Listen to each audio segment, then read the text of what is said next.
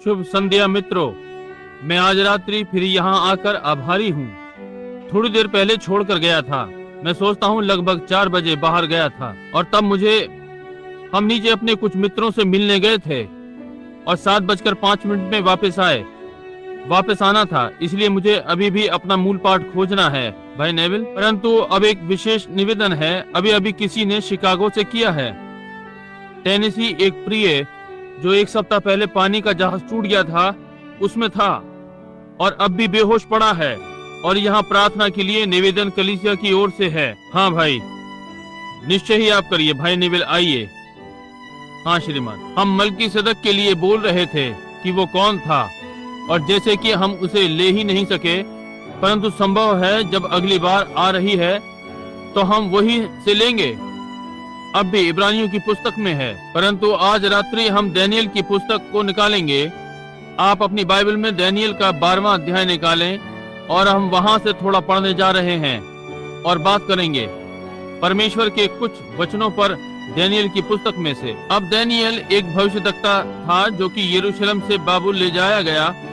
बाबुल को ले जाने के समय राजा नबूकदनेस्सर के द्वारा, जब वो बाबुल गया था वो युवा था। उसमें बहुत थोड़े से थे जो अब भी अपना पुराना विश्वास थामे हुए थे। मैं दानियेल को पसंद करता हूँ क्योंकि उसके हृदय में एक उद्देश्य था जब वो बाबुल को गया कि वो एक विश्वासी ही बना रहेगा और वह स्वयं को राजा के भोजन से दूषित नहीं करेगा और आदि आदि। और अब जो दानियेल में विशेष बात थी वो अन्य जातियों के लिए भविष्यद्वक्ता था। दानियेल ने अन्य जातियों के युग को उठते और गिरते देखा। ये वो पहला था जिसे हम अन्य जातियों का भविष्यद्वक्ता कहते हैं। वो स्वयं अन्य जाति नहीं था, परंतु उसने अन्य जाति के विधान को देखा, आरंभ से अंत तक, सोने के सिर में और मट्टी लोहे के पैरों में अंत। और जबकि उसके हृदय में ये उद्देश्य था कि वह स्वयं को राजा के भोजन से दूषित नहीं करेगा और राजा के मामलों से। और भाइयों का दूसरा झुंड जिनका नाम शद्रक, मिशरक और अबेदनगो था, वे वहां साथ थे जो कि भविष्यद्वक्ता नहीं विश्वासी थे और उनके हृदय में भी यही उद्देश्य था। और जब वे चारों विश्वासी आपस में मिले, मैं अक्सर इसकी कल्पना करता हूँ, तो उनकी एक साथ प्रार्थना सभा होती होगी जैसा कि हम करते हैं। हम एक साथ एकत्र होते हैं क्योंकि हमारी बातें एक सी हैं। आप जानते हैं कि एक पुरानी कहावत है, एक से पंखों की चिड़ियाएं एक संग रहती हैं। बल्कि ये तो पुरानी कहावत है और ये अच्छी बात भी है। एक से पंखों की चिड़ियाएं एक संग। क्या आप इस बात से आनंदित नहीं? निश्चय ही, एक से पंखों की चिड़ियाएं एक संग। अधिक समय नहीं हुआ, मैं एक सभा में बैठा हुआ था जहां एक व्यक्ति किसी बात पर विचार विमर्श कर रहा था और उसने कहा, अच्छा, वो जो प्राण कैद में चले गए उनके विषय में बात कर रहा था, जो कैद में थे, जिन्हें यीशु ने मृत्यु के पश्चात जाकर प्रचार किया। और ये व्यक्ति जो बोल रहा था बोला, अच्छा, आप इस विषय में क्या सोचते हैं? एक अश्वेत भाई उठा, उसने कहा, भाई बाइबल में यही है जो कहा गया है। वो गया और उन प्राणों को प्रचार किया जो कैद में थे। कहा, आप क्या सोचते हैं कि क्या था? कहा, ये वे प्राण थे जिन्होंने प्रायश्चित नहीं किया नूह के दिनों में, जब उसने धीरज धरा, जब नाव बनाई जा रही थी, जैसा कि बाइबल ने कहा। उसने कहा, नहीं, कहा, यही ये कलीसिया उन पेंतिकोस्त लोगों को प्रचार कर रही है। यही इन नामधारी कलीसियाओं में और सब कुछ उन्हें कैद से बाहर निकाल रहा है। उसने कहा, अब भाई यहाँ देखिए। उसने कहा, यहाँ तो पेंतिकोस्तल का उल्लेख तक नहीं है। उसने ये कहा, उसने बस इतना कहा है कि वो गया और उसने जो कैद में पड़े थे उन प्राणों को प्रचार किया। इसलिए मैंने कहा, आमीन, ये ठीक बात है। और सेवादारों ने मेरी ओर देखा और कहा, एक से पंखों की चिड़ियाएं एक साथ। मैंने कहा, यह ठीक बात है। इस प्रकार का भाई बहुमूल्य विश्वास का वही विश्वास कर रहा है जो वचन कह रहा है, वही सत्य है। दानियेल के वे 3 साथी जो उसके साथ थे, आप जानते हैं ये अच्छा है जब आप घर से बाहर होते हैं, किसी ऐसे को पाएं जो आपके साथ हो, कोई जो आपके साथ खड़ा हो, एक वास्तविक अच्छा मित्र। ओ प्रभु, बाहर के देशों में जब आप किसी को पाते हैं जो आपका प्रिय मित्र होना चाहता है, आपसे प्रेम करता है, आपके पक्ष में खड़ा होता है, इसका बहुत ही मूल्य है, विशेषकर अपरिचित। और ये भाई अपने नगर से ले जाए गए और उनका नगर जला दिया गया और उनके बर्तन और परमेश्वर की पवित्र वस्तुएं बाबुल को ले जाई गईं और राजा नबूकदनेस्सर ने कोषागार में रखी थीं, जो उनको ले गया था, एक महान शानदार अन्य जाति का राजा। अब यदि परमेश्वर इस बात की अनुमति देता है कि उनका नगर जलाया जाए, उनके आराधनालय जलाए जाएं और उन्हें नगर को ले जाए, ये इसलिए था क्योंकि वे परमेश्वर से अलग हो गए थे। परंतु उसके पास अब भी एक विश्वासी था जिस पर वो हाथ रखकर कह सकता था कि ये मेरा दास है। परमेश्वर के पास सदा ही कहीं ना कहीं एक गवाह होता है।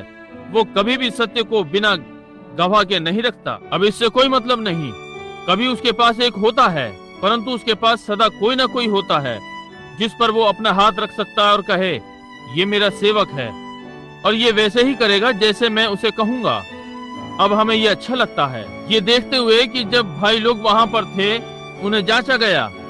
बहुत ही सुंदर उदाहरण है कि क्या ही एक सच्चा विश्वासी जब वो वास्तव में प्रभु यीशु को अपना एक बचाने वाला स्वीकार करता है, आता है, उसकी सदा जांच की जाती है। शैतान अब भी जांचने के कार्य में लगा हुआ है और ये आपकी सहायता के लिए है, ये आपकी भलाई के लिए है।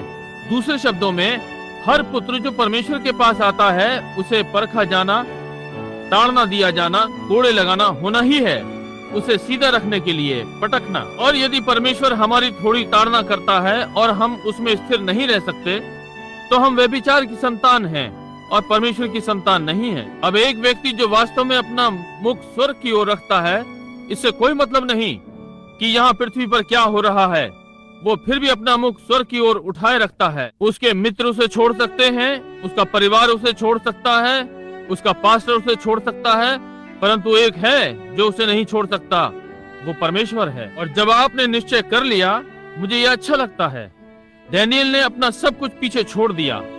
अब वो वापस जाने की योजना नहीं बना रहा है, वो अपने पीछे की पगडंडी को नहीं देख रहा है, वो बीती हुई बातों को छोड़ रहा है और आगे देख रहा है। वो अपनी स्वर्गीय बुलाहट की ओर बढ़ रहा है। हमें भी यही करते रहना चाहिए, यही कलीसिया को करते रहना चाहिए। और जैसा कि मैंने तब ध्यान दिया, परमेश्वर ने शैतान को अनुमति दी कि वो उन्हें आग से परखे। उन्होंने उन्हें परखा, सिंहों की मांद के द्वारा भी। हर घटना से परमेश्वर ने उन्हें बाहर निकाल ले आया। परमेश्वर उन्हें जीवन से भी बढ़कर ले आया। धर्मी बहुत सी बातों में परखा जाता है, परंतु परमेश्वर उन सब में से उन्हें छुड़ाता है। ये कितना शानदार है, हम इसकी कितनी सराहना करते हैं। परीक्षाएं, पीड़ाएं, जांचा जाना, सब भलाई के लिए कार्य करते हैं। कुछ समय बाद परमेश्वर देख सकता है, तब वो अपना भरोसा आप पर रखता है और तब वो आपके लिए महान चीजें करता है। अब हम पाते हैं कि तब दानियेल परमेश्वर के हाथ में एक साधन यानी उपकरण बन गया, जबकि वो अपने लोगों से अलग था, अपने नगर से बाहर, अपनी कलीसिया से दूर, एक अनजान राष्ट्र में परमेश्वर ने उसको प्रयोग किया। आप जिससे भी चाहे दूर हों, आप अपने प्रिय जनों से दूर हों या आप अपनी कलीसिया से दूर हों, परंतु आप फिर भी परमेश्वर के हाथों में एक साधन हैं। परमेश्वर आपको गवाही के लिए प्रयोग कर सकता है या किसी भी चीज के लिए प्रयोग कर सकता है जिसके लिए वो आपको चाहता है। सुंदर उदाहरण, बाइबल इन सब बातों से भरी हुई है। जहां आप पलटें, क्या आप वचन को पढ़ना पसंद नहीं करते? ओ, मैं केवल पढ़ता हूँ कभी कभी और रोता हूँ। यहाँ कुछ दिनों पहले मैं कमरे में बैठा हुआ पढ़ रहा था और मैं बैठकर बालक के समान रोने लगा। मैं उठा, अपनी कुर्सी के चक्कर लगाने लगा, अपनी बाइबल को फिर से देखा, मैं फूट पड़ा, फिर कुर्सी की ओर चारों ओर घूमा, फिर से बाइबल को देखा। मैंने सोचा, ओह परमेश्वर, इसमें हर पुरुष या स्त्री के लिए अनंत जीवन है। जो भी इसमें विश्वास करने का साहस करेगा और इस पर विश्वास करेगा, अनंत जीवन है। और उसने कहा, पवित्र वचन में ढूंढो, क्योंकि तुम सोचते हो कि तुम्हें उसमें अनंत जीवन मिलता है, और वे वो हैं जो मेरी गवाही देते हैं। पवित्र वचन में ढूंढो। परमेश्वर का वचन हमारे पांव के लिए दीपक है, ताकि हमारी अगुवाई की जाए। ये वो ज्योति है जो मार्ग पर हमारा मार्गदर्शन करती है और एक जय से दूसरी जय पर ले जाती है। अब इसके पहले आप जय पा सकें, वहाँ युद्ध होना है, और यदि युद्ध नहीं है तो कोई जीत नहीं है। इसलिए हमें युद्धों और परीक्षाओं के लिए धन्यवादित होना चाहिए। और ये परमेश्वर हमें जय पाते रहने का सौभाग्य देता है। ओह प्रभु, क्या ये आपको पहले से थोड़ा अच्छा नहीं बनाता? समझे, युद्ध होता है, कोई आपके लिए कुछ बुरा कहता है, आपके पास बीमारी आती है, संभव है परमेश्वर आपको हल्की पीड़ाएं देता है ताकि वो आपको चंगा करे और अपना समर्थन आपको दर्शाए, आपको दिखाए कि इससे उसका क्या अर्थ है। वो आपसे प्रेम करता है। पुरानी चरवाहे वाली कहानी जो कि यरूशलेम में सुनाई गई, गदरियों ने के पवित्र देश में एक चरवाहा एक भेड़ उठाए हुए है और उसने कहा, तुमने क्यों इसे उठा रखा है? कहा कि इसकी एक टांग टूट गई है। कहा, ये कैसे हो गया? खड़ी चट्टान से गिर पड़ा? कहा, नहीं, मैंने इसकी टांग तोड़ी है। उसने कहा, क्यों, तुम बड़े निर्दयी चरवाहे हो कि इस भेड़ की टांग तोड़ दी? कहा, नहीं, मैं इससे प्रेम करता हूँ। और कहा, ये इधर उधर भाग रही थी और मैं इसे ध्यान में नहीं रख पा रहा था, इसलिए मैंने इसका पैर तोड़ दिया ताकि मैं इस पर अधिक ध्यान दे सकूं, ताकि ये मुझसे प्रेम करे और मेरे पीछे पीछे चले। परमेश्वर कभी कभी हमें थोड़ी सी ताड़ना देता है स्वास्थ्य में, कि हम पर थोड़ा सा अधिक ध्यान दे, कि उसकी गोद में रहें, उसकी गोद में अधिक प्रेम पाएं। जब डॉक्टर ने कहा कि कुछ नहीं किया जा सकता, तब वो हमें अपनी गोद में लेकर कहता है, देखो मैं तुमसे प्रेम करता हूँ, मैं तुम्हें चंगा करने जा रहा हूँ। समझे? ओ, क्या इससे जीवन अधिक अच्छा नहीं हो जाता? ओ, वो बहुत महान है, वो बहुत अच्छा चरवाहा है, क्या वो नहीं है? कोई आश्चर्य नहीं कि दाऊद ने कहा, यहोवा मेरा चरवाहा है, मुझे कुछ घटी नहीं होगी। और वो किस प्रकार से जल के सोते के पास ले चलता है और हमारे प्राणों को वापस फिर लाता है, और हमारा कटोरा छलक रहा है, और हमें हमारे शत्रु के सामने हमारा अभिषेक करता है। क्या आपका कभी आपके शत्रु की उपस्थिति में अभिषेक हुआ है गवाही देने के लिए, जब तक आपके कटोरे में उफान ना आ जाए? आप जानते हैं कि कितनी शानदार बात है कि जब आपका शत्रु उपस्थित हो तो आपका अभिषेक हो जाए। अब ध्यान दें, जब परमेश्वर ने नबूकदनेस्सर को लिया और उसे अपने हाथ में एक औजार बनाया, और जब राजा नबूकदनेस्सर मर गया, उसके पश्चात घास उगाई, उसके बाल सिंह की नाई या उकाब के पंखों के समान, और उसकी उंगलियों के नाखून उकाब के पंजों के समान, और आदि आदि। और परमेश्वर ने उसे समझा दिया कि वास्तविक राजा कौन था। उसकी मृत्यु के पश्चात बेलशस्सर उसका पोता उसके स्थान पर आया, और तब वो राजा नबूकदनेस्सर से अधिक दुष्ट था। और एक रात्रि उनका एक बड़ा भोज था। उन्होंने अपने सारे अधिपति और शासक बुलाए उस महान मिलन में, और जब उनका ये बड़ा जमघट चल रहा था और वे गए और पुकारा और परमेश्वर के पवित्र बर्तन ले आए, केवल परमेश्वर का उपहास उड़ाने के लिए, और अपने देवताओं के लिए मदिरा पान किया, एक शुभकामनाओं का जाम प्रभु के बर्तनों में से। अब एक मनुष्य को दूर तक यात्रा करने की अनुमति दी जाती है, परंतु जीवन और मृत्यु के मध्य में एक विभाजन रेखा होती है, आप उसे कभी पार ना करें। समझे? आप कुछ समय तक अपनी मूर्खता में चल सकते हैं, परंतु आपके लिए भला है कि आप जाने की रेखा कहाँ पर है। क्या प्रभु ने आपको कहीं किसी बात पर रोका? वो कहता है, हम सब के साथ वो ऐसा करता है, लगाम खींचता और कहता है, बस इतना बहुत है। तो फिर अच्छा है कि देखें आप क्या कर रहे हैं, यदि आप उस रेखा के पार जा रहे हैं। और उस रात्रि जब प्रभु ने उसकी लगाम खींची और वो नहीं सुनता, आगे बढ़ता जाता है और यहोवा के बर्तनों को ले आता है और दाख मधु पीने लगा और अपने देवताओं के लिए शुभ कामना का जाम। तब स्वर्ग से एक हाथ आया और दीवार पे लिखा, मने मने तकेल ऊपर हरसीन, जिसका अर्थ तू तराजू में तौला गया और हल्का निकला। कोई भी नहीं बता सका, ये एक अन्य भाषा थी। और वहाँ एक मनुष्य था जिसके पास अनुवाद का वरदान था, डैनियल। इसलिए उसने आकर अनुवाद किया और राजा को बताया कि क्या घटित होगा। और वहाँ परमेश्वर ने राष्ट्र को नष्ट कर दिया, वो बाबुल राष्ट्र। जबकि डैनियल वहाँ पर था, उसने महान दर्शन देखे और उनके विषय में लिखा, इस महान स्वांतना के लिए जो आज हमारे पास है जान रहा था और अन्य जाति के राज्य को उस क्रम में रख रहा था। ध्यान दें कितना सिद्ध। अब इसके समीप आए पहले उसने एक मूरत को मैदान में खड़े देखा।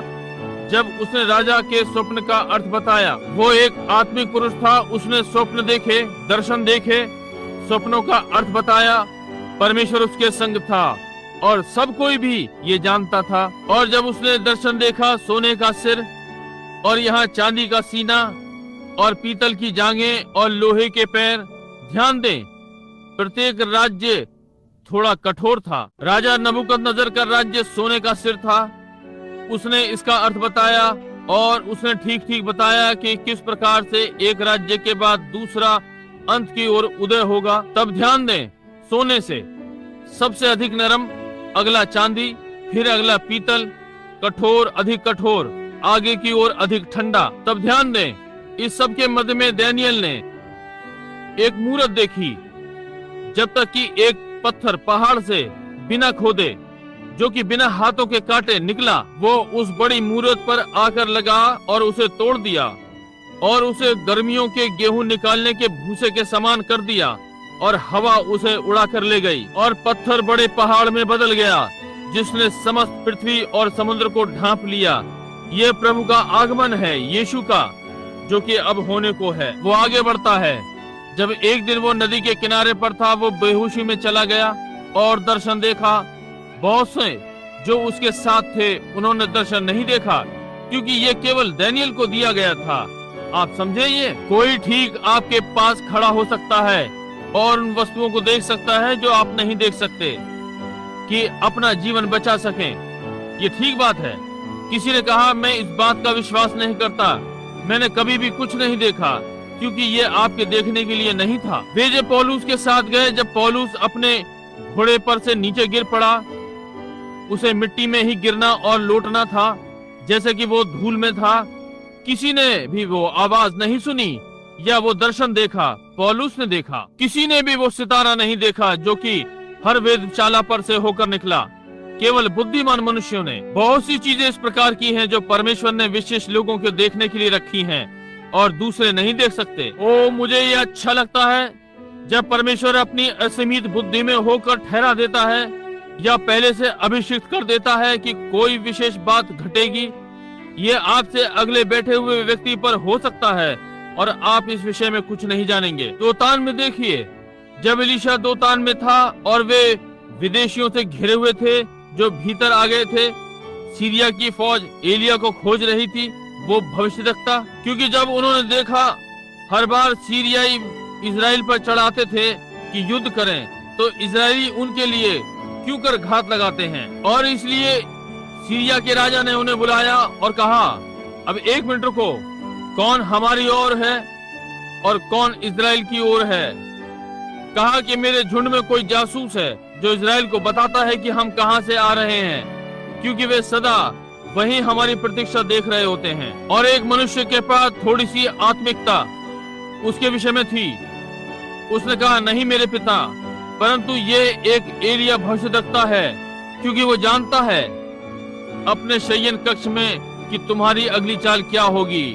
आमीन। ओ, जब परमाणु शक्तियां हिलने लगती हैं, मैं इतना प्रसन्न होता हूँ कि परमेश्वर का वचन हमें बताता है कि कहाँ जाना है। चट्टान के पास भाग जाओ, मसीह यीशु हर मनुष्य बचाव और सुरक्षा में है। आपको कोई चीज हानि नहीं पहुंचा सकती। कोई परमाणु, कोई कोबाल्ट, कुछ नहीं परमेश्वर के शुभ को छू नहीं सकता। बचाए हुए, सुरक्षित, लंगर लगे हुए। क्या ही शानदार आशा है कि हम मसीह यीशु में हैं। ध्यान दें, उसके साथ एक पुरुष था, उसका दास, आत्मिक लड़का साथ चला और भविष्यद्वक्ता के हाथ पर पानी डालता था। उसका एक महान पद था। परंतु जब उसने सीरिया की सेना को दोतान के चारों ओर देखा, चारों ओर से घिरे हुए, मेरे पिता उधर देख, कितनी बड़ी संख्या में, क्यों हम घिरे हुए हैं। अब ये स्वाभाविक है, जब सब कुछ गलत घटित होता हुआ दिखाई पड़ता है, उनकी उंगलियां आप पर उठ रही हैं, ये या वो कह रही हैं, और डॉक्टर कहता है कि आप चंगे नहीं हो सकते, और आदि आदि। ये स्वाभाविक बात है आपके सोचने के लिए, ओ ये अंत है। परंतु एलिया ने कहा, हमारी ओर जो है वो जो उनकी ओर है उनसे अधिक है। अब आप कल्पना कर सकते हैं कि उस भविष्यद्वक्ता यानी गेहजी को कैसा लगा। सेवक को। उसने उसकी ओर देखा, उसने कहा, क्यों, मैं किसी को नहीं देखता। उसने कहा, परमेश्वर इस लड़के की आंखें खोल दे। और जैसे ही परमेश्वर ने कुछ किया तो ये रहा, समझे, जब परमेश्वर ने उसकी आत्मिक आंख खोल दी, चारों ओर से भविष्यद्वक्ता, चारों ओर से अग्नि में रथों, अग्नि में सरदूतों से घिरा हुआ था। क्यों, उसने देखा, क्यों रथों को अग्नि में अनगिनत, सीरिया की सेना हजारों में, पहाड़ आग से भरा था, अग्नि में सरदूत, अग्नि में घोड़े, अग्नि में रथ। और बाइबल ने कहा, परमेश्वर के दूत उसके डरवैयों के चारों ओर छावनी डाले रहते हैं। वैसे ही आज रात्रि भी मुझे आश्चर्य है कि क्या होगा यदि एक मनुष्य यहाँ आज रात्रि उसके पास सामर्थ हो कि आपकी आंखों को दिखाता और कहता, आराधनालय के चारों ओर खड़े होकर के देखो, आज रात्रि आप अपने सारे जीवन भर यहाँ पर सदस्य रहेंगे, निश्चय ही। जी हाँ श्रीमान, कभी कभी आप इसे अपनी स्वाभाविक आंखों से नहीं देख सकते, परंतु आप इसके आवेग का अनुभव कर सकते हैं। कुछ समीप है, एक छठवीं इंद्री जो घोषित करती है कि कुछ आसपास है। उस पर ध्यान दें इस प्रातः। बहरे कानों को खोलना, पोलियो के अपाहिजों को चारों ओर चलता फिरता कर देना, जैसे कि उनके साथ कुछ भी गड़बड़ नहीं थी। ये क्या है? ये इंद्री में है। मेरा अर्थ इंद्री, छठवीं इंद्री जो कि विवेक है, आत्मा की कुछ आसपास है। परमेश्वर में विश्वास रखें। अब उन्होंने इसे पहले नहीं देखा, परंतु संभवतः एलिया ने इसे नहीं देखा, परंतु उसने लड़के की आंख खोलने के लिए कहा कि इसे देखे।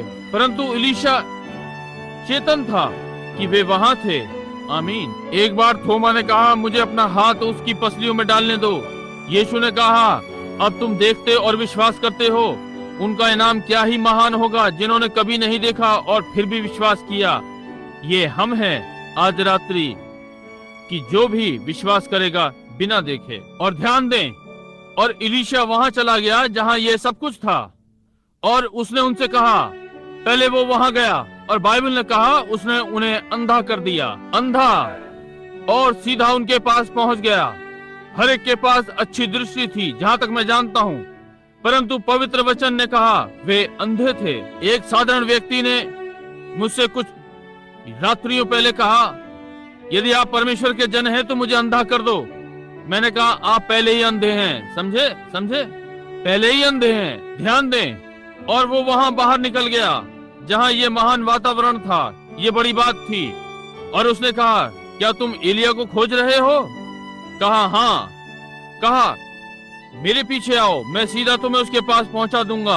एलिया ने उनसे कहा, वे किस विषय में अंधे थे? वे इस सत्य के लिए अंधे थे कि वो परमेश्वर का भविष्यद्वक्ता था।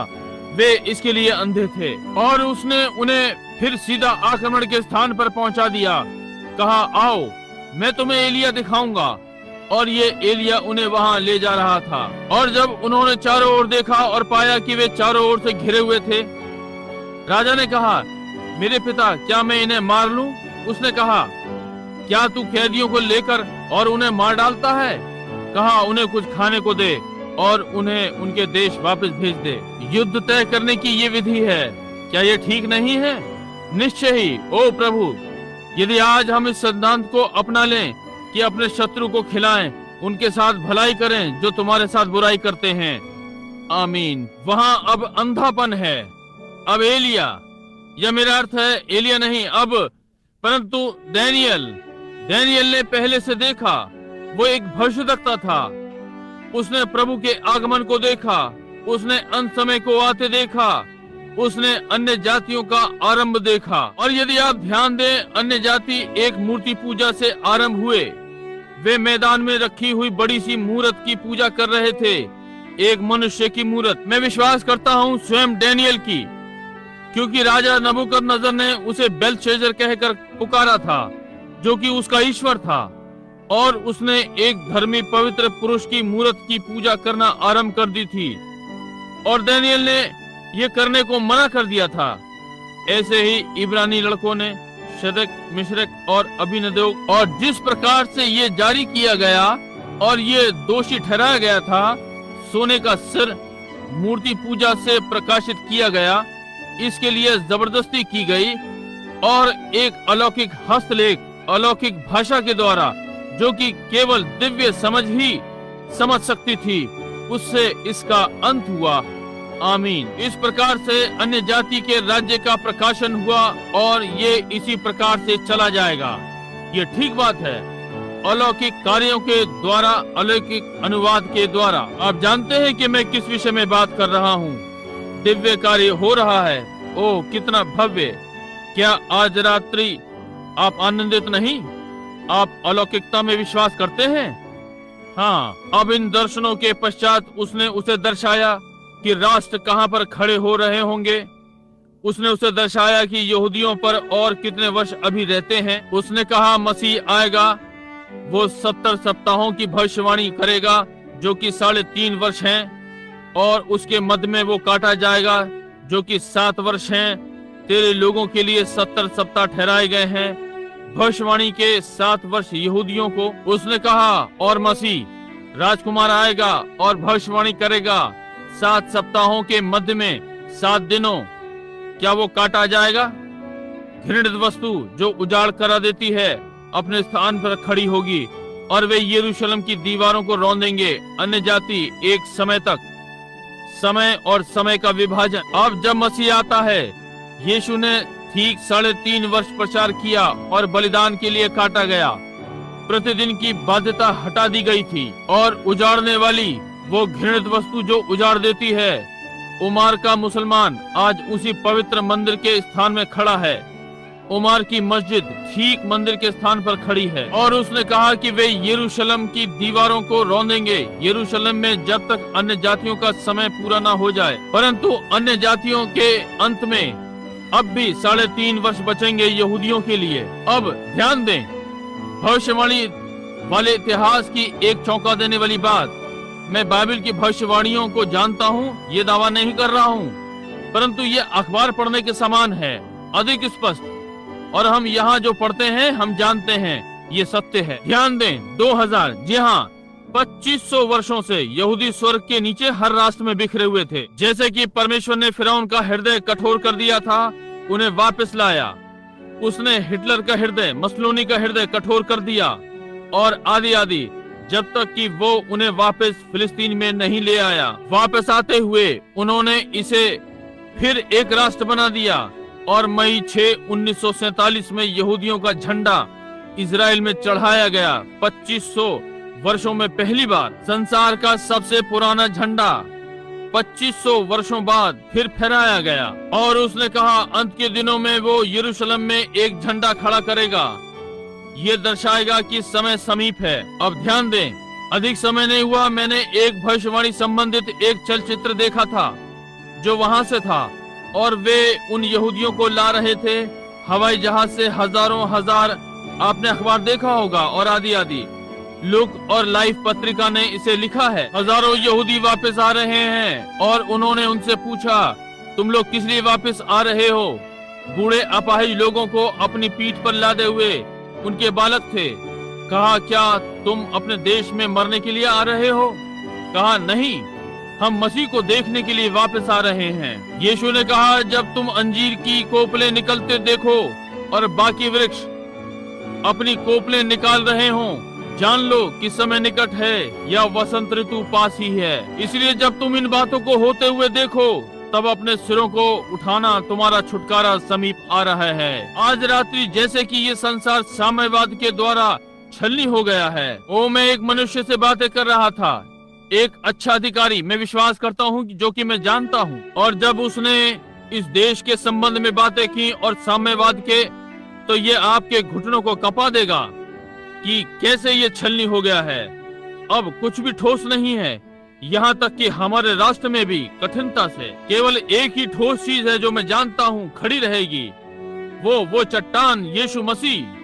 हमें एक राज्य मिला है जो हिलाया नहीं जा सकता। और आज के दिन जब हर चीज नीचे की ओर गिर रही है, हमारे पास ठोस नींव है, प्रभु यीशु मसीह। तो इसमें आ जाओ, ये तूफान के समय छिपने का स्थान है। क्या ही शानदार बात है। उसने देखा ये सब घटित होने जा रहा है।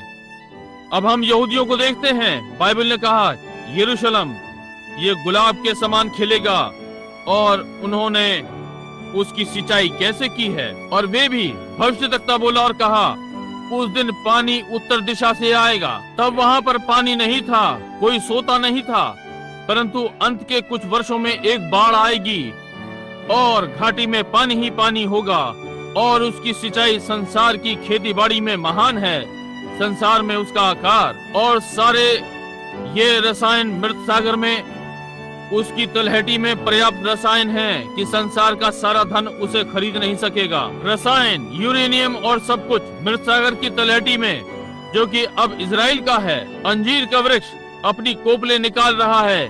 केवल वही नहीं, परंतु दूसरे वृक्ष भी अपनी कोपले निकाल रहे हैं। साम्यवाद अपनी कोपले निकाल रहा है, मसीह विरोधी अपनी कोपले निकाल रहा है, और चर्च ऑफ गॉड अपनी कोपले निकाल रहा है। वो अपनी सामर्थ में फिर से आ रहा है। गाजाम नाम टिड्डी ने एक भाग खा लिया, हासिल ने एक भाग खा लिया, येलेक ने एक भाग खा लिया, अरबे ने एक भाग खा लिया, परंतु परमेश्वर ने कहा ये फिर जिएगा। वो अपनी कोपले निकाल रहा है, पेड़ अपनी कोपले निकाल रहे हैं। डैनियल ने इसे पहले ही देखा और आनंद किया। अब उसने कहा, और उस समय 12वां अध्याय, उसी समय मिकाएल नाम बड़ा प्रधान, जो तेरे जाति भाइयों का पक्ष करने को खड़ा रहता है, वो उठेगा। तब ऐसे संकट का समय होगा जैसे किसी जाति के उत्पन्न होने के समय से लेकर अब तक कभी नहीं हुआ होगा। परंतु उस समय तेरे लोगों में से जितनों के नाम परमेश्वर की पुस्तक में लिखे हुए हैं, वे बच निकलेंगे। ओह, क्या आप आनंदित नहीं हैं कि आपके नाम उसकी पुस्तक में हैं? जब वो डैनियल यहाँ उसे देखा, प्राचीन दिनों का आया, जिसके बाल ऊन के समान श्वेत थे, और उसने पुस्तकें खोली और उनका न्याय किया गया। पुस्तकों में से हर एक मनुष्य का न्याय का महान श्वेत सिंहासन। अब डैनियल को ये आश्वासन दिया गया। और अन्य जातियों के समय के अंत में पढ़िए, जब आप घर जाएं और कल 11वां अध्याय पढ़ें, आप देख सकते हैं कि किस प्रकार से उत्तर का राजा आता है, जो कि कुछ और नहीं, रूस है। इस पर दबाव डालने के लिए आता है चक्रवात के समान। और वो महान युद्ध आर्मेगिदोन का यरूशलेम के फाटकों के पास लड़ा जाएगा। ध्यान दें, ओ मुझे ये पसंद है।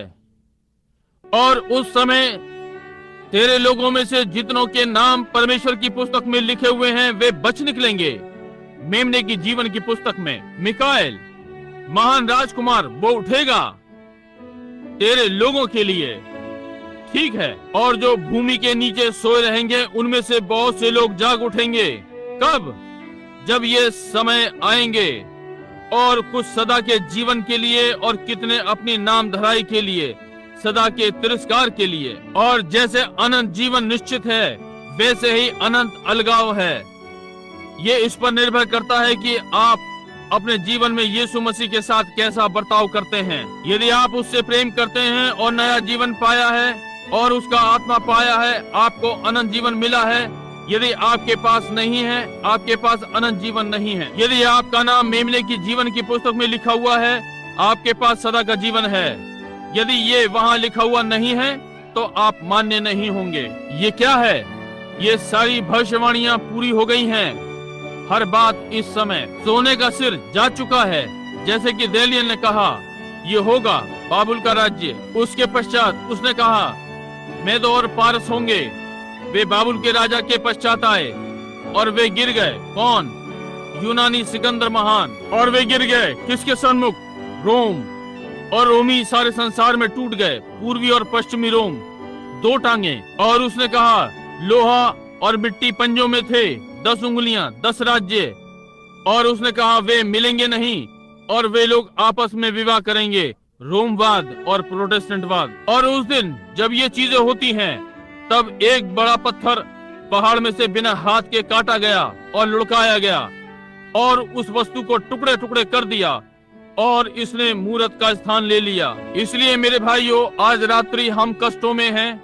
युद्ध और अफवाहें, युद्धों की भूचाल जगह जगह पर, समय की घबराहट, राष्ट्रों में दुख। मैं अभी अभी विदेश से आया हूँ और मैंने एक भी राष्ट्र नहीं देखा, परंतु उनके पैर कांप रहे थे।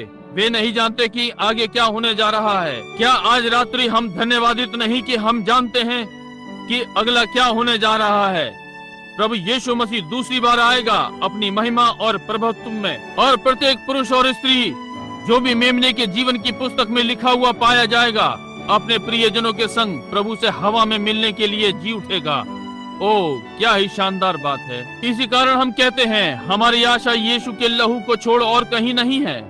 धार्मिकता के साथ चारों ओर मेरा प्राण स्वागत करता है, वही हमारी सारी आशा और पड़ाव है। और उस समय मिकाएल खड़ा होगा। वो महान राजकुमार मिकाएल वास्तव में मसीह है, जिसने स्वर्ग में सरदूतों का युद्ध शैतान के साथ लड़ा, और मिकाएल मिलकर लड़ा, यानी बल्कि एक दूसरे के विरुद्ध लड़ा। और उस समय उसने कहा, जितने पुस्तकों में लिखे हुए पाए गए छुड़ाए गए, और वे जिन्होंने धर्म के कार्य किए हैं। इस पर ध्यान दें, तब सिखाने वालों की चमक आकाश मंडल की सी होगी, और जो बहुतों को धर्मी बनाते हैं वे सदा तारों की नाई प्रकाशमान रहेंगे। कभी इसे देखिए। और भाइयों, मैं सोचता हूँ, मैं प्रातः उठा, मुझे जल्दी उठना अच्छा लगता है। क्या आप जल्दी उठना पसंद नहीं करते? मुझे स्मरण है जब मैं और भाई लोग पहाड़ों में थे, सुबह तड़के लगभग 4 बजे हम उठ जाते थे। देखिए, पीछे देखते और वहाँ भोर का तारा होता। पौ फटने से पहले बहुत ही अंधकार होता है। हम देखते हैं अब अंधकार एकत्र हो रहा है। ये क्या है? एक ज्योति। ये अंधकार के विरुद्ध में है। एक को तो हटना है। सारी रेंगने वाली चीजें जो सारी रात विचरती रही, जब सूर्य ऊपर चढ़ा, जब प्रकाश चमकता है, वे छिप जाते हैं। रात्रि और अंधकार, रात्रि और ज्योति एक भवन में नहीं रह सकते। ये या तो अंधकार या ये ज्योति है, और ज्योति अंधकार से इतनी अधिक सामर्थी होती है। इसी प्रकार से मसीह भी संसार के समस्त शत्रुओं से अधिक सामर्थी है। अब वैज्ञानिकों के द्वारा हमने सीखा है, जैसे ही ज्योति आना आरंभ होती है, यह अंधकार को घना कर देता है, और अंधकार अपने सारे मेहमानों को एकत्र करता है कि ज्योति से लड़े। परंतु ज्योति प्रबल होती है और आती है। और बाइबल ने कहा कि अंत दिनों में शैतान गरजने वाले सिंह के समान घूमेगा। वो एकत्र कर रहा है सारे शत्रुओं और अपने सारे मित्रों को, हमारे शत्रुओं को, और उन्हें एकत्र कर रहा है। एक बड़ी अध्यक्षता में एकत्र कर रहा है। पुरोहितवाद के क्षेत्र में पशु की छाप, कलीसियाओं का संघ, सारे मिल रहे हैं और स्वयं को एक महान संस्था बना रहे हैं। वैसे ही जैसे कैथोलिकवाद और संसार के राजाधिकारी एक साथ एकत्र हो रहे हैं और एक बड़ी अध्यक्षता बना रहे हैं राजनीतिक क्षेत्रों में, जो कि साम्यवाद कहलाता है, और परमेश्वर की ज्योति बढ़ रही है। इसी समय में क्या हो रहा है कि इसे बनाए मसीही कलीसिया, परमेश्वर की जीवित कलीसिया अभिषिक्त हो रही है। उसके पास सामर्थ आ रही है, वो पवित्र आत्मा को ले रही है। बीते वर्ष पूर्ण सुसमाचार के क्षेत्र में 10,50,000 लोगों का मत परिवर्तन हुआ। महानतम ने राष्ट्र को प्रभावित किया वर्ष दर वर्ष। अब हम गलियारे में नहीं हैं, हम हेलेलुया के बड़े मार्ग पर हैं। अब हम और अधिक छाया में नहीं हैं। 10,50,000 मत परिवर्तन पूर्ण सुसमाचार के क्षेत्र में बीते वर्ष में कैथोलिकवाद पर सफलता पाई, और आदि आदि। ओ प्रभु, ये क्या है? उजियाला एकत्र हो रहा है। महान चंगाई सभाएं पृथ्वी पर छा गई हैं। हालेलुया। वहाँ नीचे फार्मूसा में चंगाई अभियान चल रहे हैं। जापान में वहाँ चंगाई सभाएं चल रही हैं। उत्तर के ठंड से जमे क्षेत्र में चंगाई सभाएं चल रही हैं। समस्त संसार में चंगाई सभाएं। हालेलुया। हर स्थान में पुरुष पवित्र आत्मा पा रहे हैं। हम अंत समय में हैं। ये क्या कर रहा है? तब शैतान कहता है, अब मेरा समय है। वो अपनी सामर्थ्य एकत्र कर रहा है। कलीसियाओं के संग से रोकने का यत्न कर रहे हैं। कह रहे हैं, ये और कुछ नहीं, शोर मचाने वाले डिब्बों का झुंड है। इन्हें कुछ नहीं होता। ये सब धर्मांधता है। ऐसा कुछ नहीं है जो अलौकिकता में कार्य कर रहा हो। और इसी समय में अमेरिकन अध्यक्ष चिकित्सक के संघ ने एक पत्र लिखा है और कहा, किसी मनुष्य को अधिकार नहीं कि बीमार के कमरे में आकर सेवा करे जो सर्वशक्तिमान परमेश्वर में विश्वास नहीं करते और उसे अपना सहायक स्वीकार करते हैं। द क्रिश्चियन हेरल्ड ने पिछले महीने डॉक्टरों का साक्षात्कार लिया, एक लेख दिया जो मैं स्वयं नहीं लिख सका। यदि मैं इस पर घमंड करने का प्रयत्न कर रहा था। ये क्या है? इन सब बातों के मध्य में परमेश्वर ने अपने ही शत्रुओं के द्वारा अपनी महिमा की गवाही दिलवाई। जी हाँ श्रीमान, डॉक्टर ने कहा हम तो केवल सहायता कर सकते हैं, परंतु परमेश्वर चंगा करने वाला है। मैंने कहा वे महान पुरुष ये देख रहे हैं कि हमारा झुंड सादगी में हर समय ये जानता है कि ये ठीक बात है। इन्हीं किन्हीं शानदार दिनों में आप पाएंगे कि ये सामर्थी झुंड जो वैश्याओं को महिलाओं में बदलता है और पियक्कड़ों को सज्जन पुरुषों में और मसीहों में, ये वही सामर्थ है जो इन्हें इस पृथ्वी पर से उठा लेगी और उठाए लिए जाने में इन्हें घर ले जाएगी महिमा में। अधिक देर हो सकती है, बहुत से लोगों के लिए समय निकल गया होगा। उस दिन मिकाएल लोगों के लिए खड़ा होगा।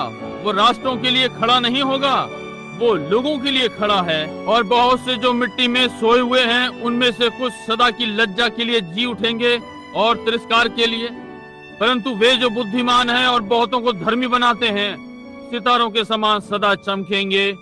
हालेलुया। एक तंबू या एक झोपड़ी मैं क्यों चिंता करूं? मेरे लिए वहां पर महल बने हुए हैं। किसी दिन मुझसे मिलने आना। ये क्या है? मैं बाहर गया और उस महान भोर के तारे को देखा, जैसे कि वो सामने की ओर जा रहा था।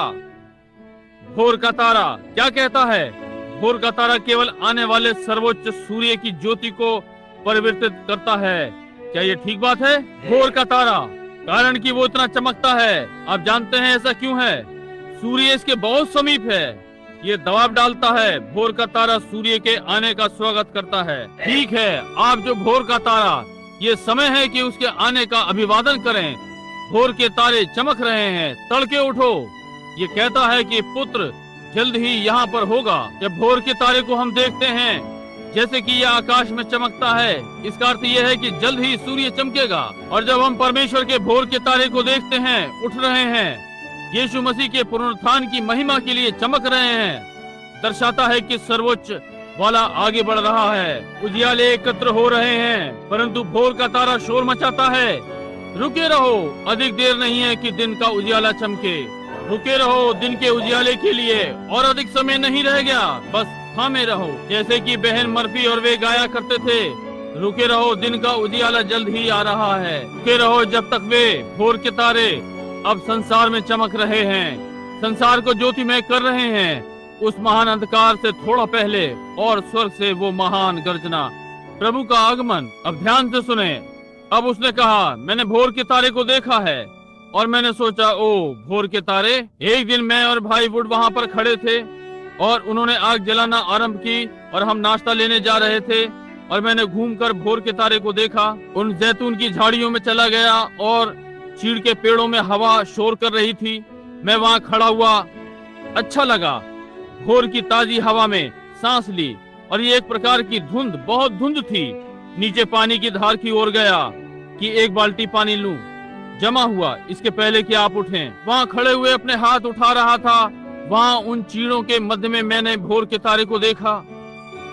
मैंने सोचा, ओ वहाँ खड़े देखो, वहाँ 45 वर्षों ने मेरे लिए क्या किया। मैंने कहा, यहाँ देखो मेरे झुर्रियाँ पड़ रही हैं, मेरे हाथों में झुर्रियाँ पड़ रही हैं, बाल कम हो रहे हैं, दांत जा रहे हैं। ओ 45 वर्षों ने मेरे लिए क्या किया है। परंतु मैंने कहा, वहाँ सामने देखो वो भोर का तारा उतना ही सुंदर और चमकदार है जैसे कि परमेश्वर ने उस दिन अपने हाथों से जन्माया और कहा ये चमके। और तब मैंने इस पवित्र वचन के विषय में सोचा।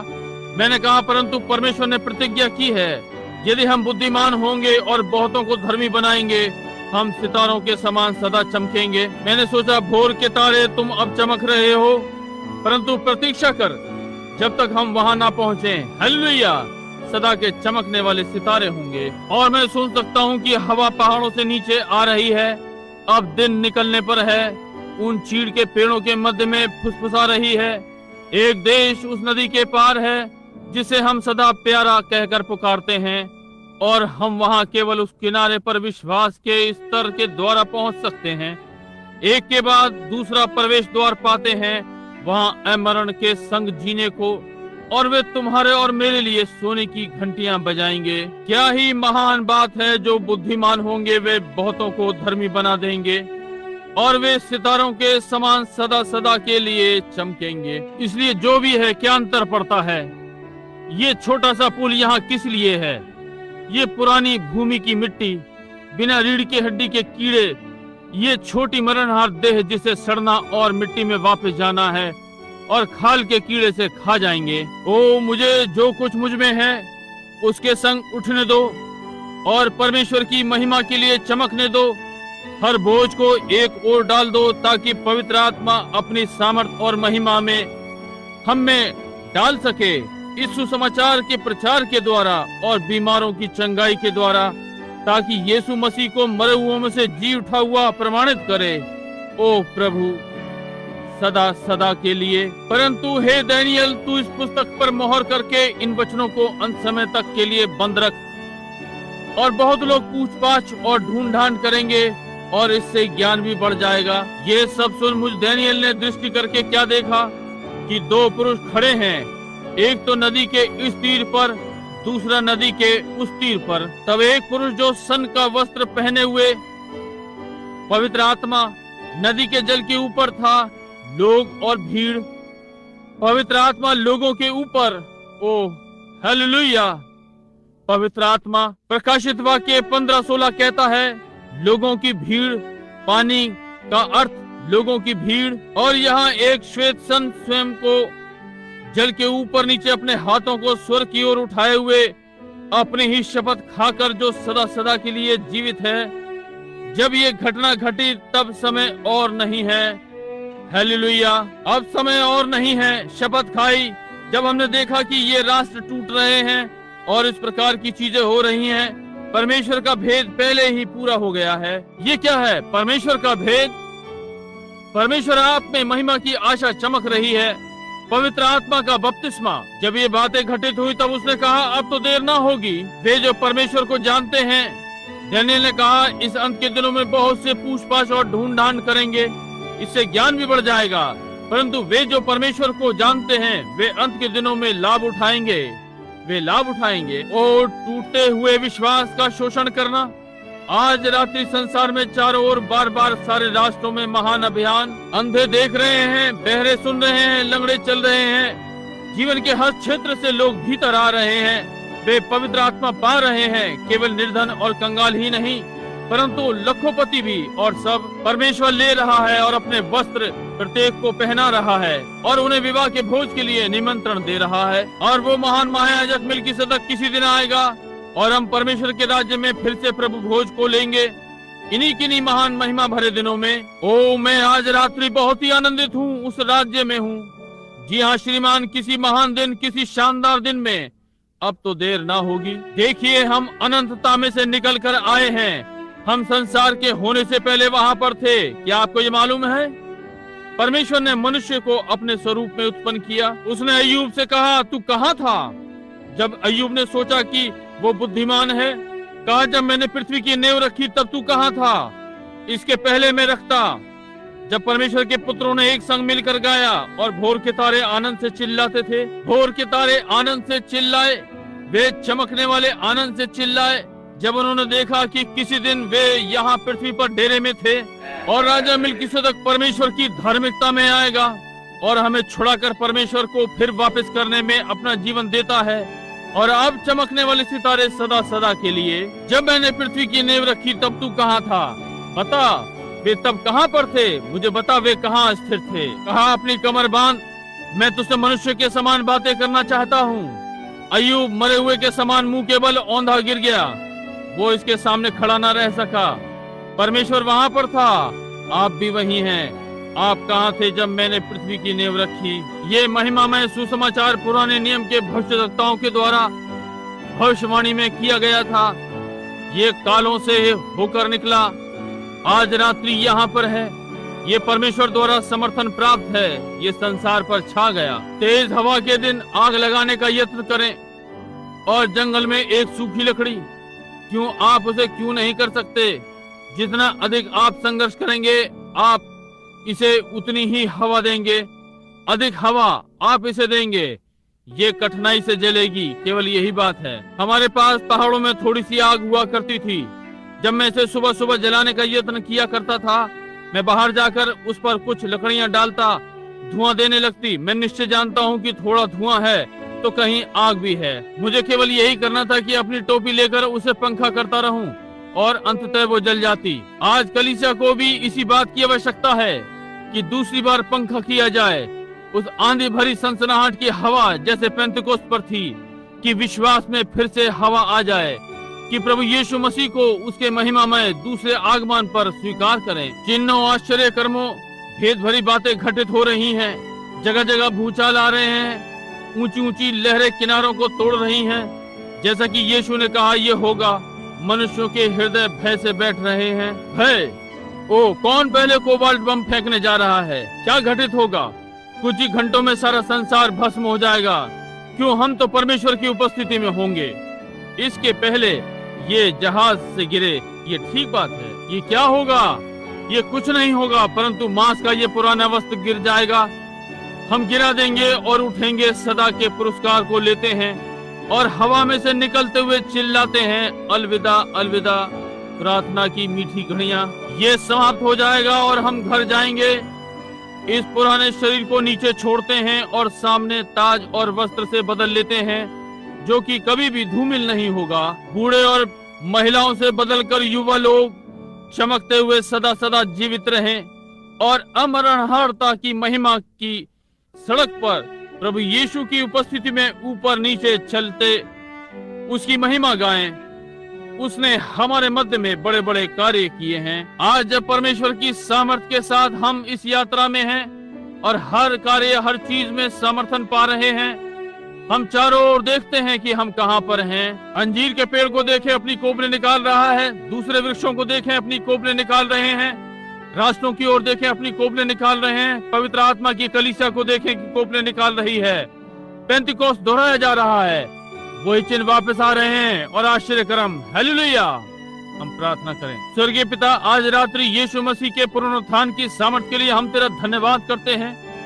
उसकी महान सर्वोच्चता के लिए, उसके पवित्र आत्मा के अभिषेक के लिए हम तेरा धन्यवाद करते हैं कि वो यहाँ पर है।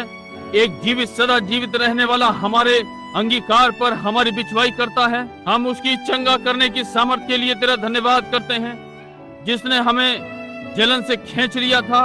प्रभु, हमें कब्रों में से निकाला और हमें उठाया और हमारी सामर्थ को नया किया और हमें सामर्थ दी ताकि हम आगे बढ़कर अंधियारे में चमकें। इसके लिए हम तेरा धन्यवाद करते हैं। पिता, हम प्रार्थना करते हैं कि आप जो बचे हुए नहीं हैं, उनमें से प्रत्येक को आशीषित करेंगे।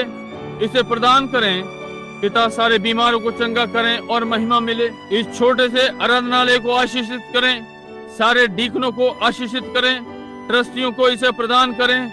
प्रभु, अपनी चंगाई का हाथ इन पर रखें और यदि शैतान अंदर आता है, थोड़े भेदभाव उत्पन्न करता है, तो उसे चंगा करें। प्रभु, जल्द ही गिलाद के बाम से प्रभु से ग्रहण करें। इन पर अभिषेक का तेल उंडेलें। इन्हें नम्र हृदय और प्राणों में मीठा बनाएं और ये प्रभु यीशु मसीह के पद चिन्हों पर चलें। भौतिक चीजें इनमें हुई हैं और ये बीमार हो गए। परमेश्वर का स्वर्गदूत पास में खड़ा हो कि यीशु का लहू लगाए, इसे प्रदान करें, सारी बीमारियों को चंगा करें। प्रभु, मेरी सहायता करें कि मैं बाहर कार्य क्षेत्रों में इन महान आवश्यकताओं को देखता हूँ। आज कितनी आवश्यकता है, लाखों मर गए। आज 1,44,000 मूर्ति पूजक मर गए बिना यीशु को जाने। प्रिय परमेश्वर, मेरी सहायता करें। हम सबको साथ साथ आशीषित करें, हमको साथ साथ आशीषित करें। और किसी दिन प्रभु हमें इस पृथ्वी पर से वहां उठा, प्रभु की आपके साथ आपके सिंहासन पर बैठे, वहां स्वर्गीय स्थानों में मसीह यीशु में इसे प्रदान करें।